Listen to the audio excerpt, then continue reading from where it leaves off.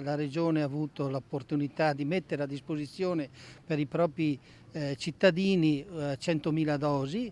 Noi daremo il nostro contributo, noi andremo a somministrare 12.804 dosi che consegniamo alla sensibilità dei nostri concittadini. Prenotatevi. Sono quasi 13.000 le dosi di vaccino anti-Covid Pfizer e Moderna pronte nel territorio dell'Ulster e Serenissima per il cosiddetto Fast Vax, la sfida di 100.000 vaccinazioni in una settimana che la Regione Veneto si è proposta condividendola con le aziende sanitarie del territorio.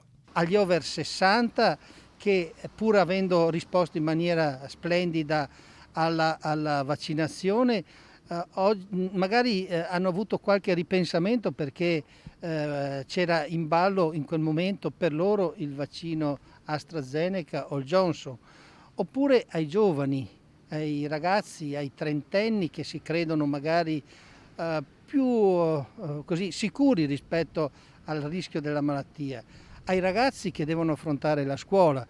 Altra questione riguarda invece l'obbligo vaccinale per i sanitari, una vicenda che vede partire in queste ore i primi provvedimenti da parte dell'azienda sanitaria veneziana. Sono quelli che nelle prossime ore andremo ad espletare quello che è un obbligo di legge, però ce ne sono altri 200 circa che stiamo progressivamente valutando e che, rimanendo in quelli che sono i vincoli della norma, andremo ad assumere i provvedimenti.